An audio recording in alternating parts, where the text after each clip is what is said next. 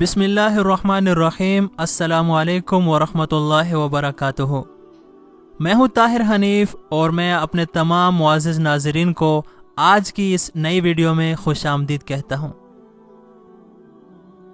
ایک مشہور ہندی طبیب صالح نے خلیفہ ہارون الرشید کے چچا زاد بھائی ابراہیم کے علاج میں ایک مرتبہ اپنی مہارت کا مظاہرہ پیش کیا، جس کو سکتہ کا مرض لاحق ہو گیا تھا،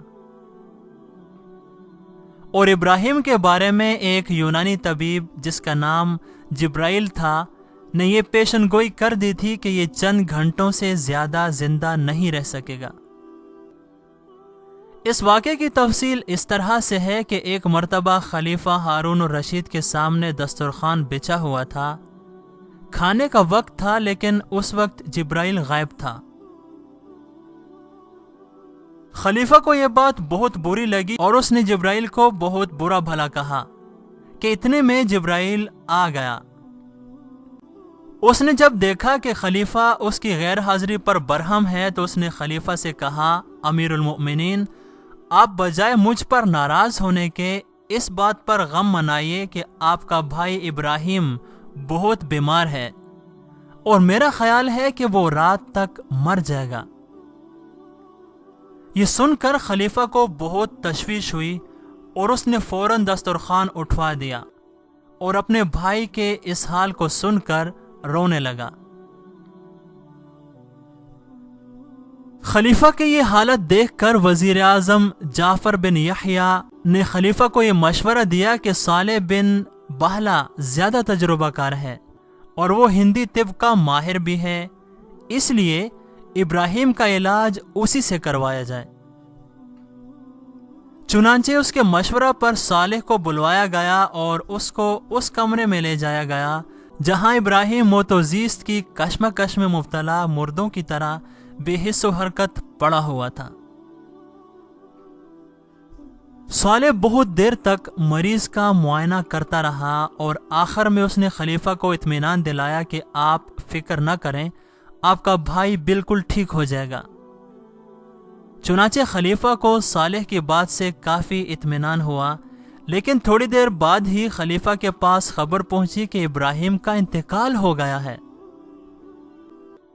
یہ سنتے ہی خلیفہ کے تو ہوش اڑ گئے اور اس کے غصے کی کوئی انتہا نہ رہی، لیکن صالح نے خلیفہ کو اس بات کا یقین دلایا کہ آپ کا بھائی زندہ ہے اور وہ ابھی کسی حالت میں بھی مر نہیں سکتا، اور اس کا علاج آپ مجھ پر چھوڑ دیجئے، اور اگر مجھے اس میں کامیابی نہ ملی تو میں ہر سزا بھگتنے کے لیے تیار ہوں، اور اگر آپ کو میری بات کا یقین نہ آئے تو آئیے میں آپ کو ایک کرشمہ دکھاؤں۔ یہ کہہ کر صالح ہارون الرشید کو اس مردہ سمجھا جانے والا ابراہیم کے پاس لے گیا اور اس کے پیر میں ایک سوئی چبھ ہوئی۔ رد عمل کے طور پر اس مردہ ابراہیم نے فوراً اپنے پیر کھینچ لیے۔ صالح نے ہارون سے کہا کہ اب آپ ہی بتائیے کہ کیا کوئی مردہ اس طرح سے حرکت کر سکتا ہے اور اس کو درد کا احساس ہو سکتا ہے؟ ہارون نے کہا کہ نہیں، ہرگز ایسا نہیں ہو سکتا۔ چنانچہ اس کے بعد صالح نے حکم دیا کہ ابراہیم کو تنہا کمرے میں چھوڑ دیا جائے اور اوپر سے کفن وغیرہ ہٹا کر غسل دیا جائے اور اسے اس کے اصلی کپڑے پہنائے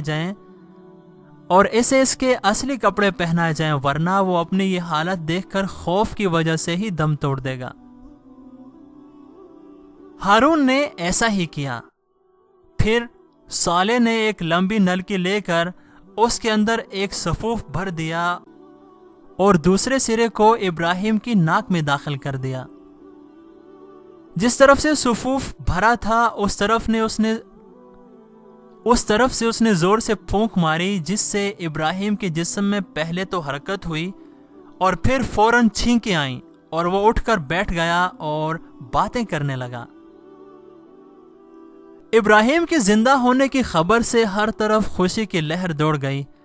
خلیفہ ہارون صالح کی اس مسیحائی سے ششدر رہ گیا کہ اس نے اس کے بھائی کو دوبارہ زندہ کر دیا ہے، اور جب ابراہیم سے حال پوچھا گیا تو اس نے بتایا کہ میں نے خواب میں دیکھا کہ کسی کتے نے میرے پیر کی انگلی میں کاٹ لیا ہے اور اس کے بعد ہی میری آنکھ کھل گئی۔ اور دوستو، یہ انگوٹھا وہی تھا جس میں صالح نے سوئی چبھ ہوئی تھی۔ اس ابراہیم کے بارے میں آتا ہے کہ یہ اس واقعے کے بعد کافی دنوں تک زندہ رہا اور آگے چل کر ملک کا حاکم بھی مقرر ہوا۔ یہ تھی آج کی ویڈیو جو کہ یقیناً آپ کو پسند آئی ہوگی، تو اسے لائک کیجئے اور اپنے دوستوں کے ساتھ ضرور شیئر کیجئے۔ ہم آپ کے ساتھ ملیں گے ایک اور نہایت ہی خوبصورت ویڈیو کے ساتھ۔ تب تک اپنا بہت خیال رکھیے گا اور ہمیں دعاؤں میں یاد رکھیے گا۔ اللہ حافظ۔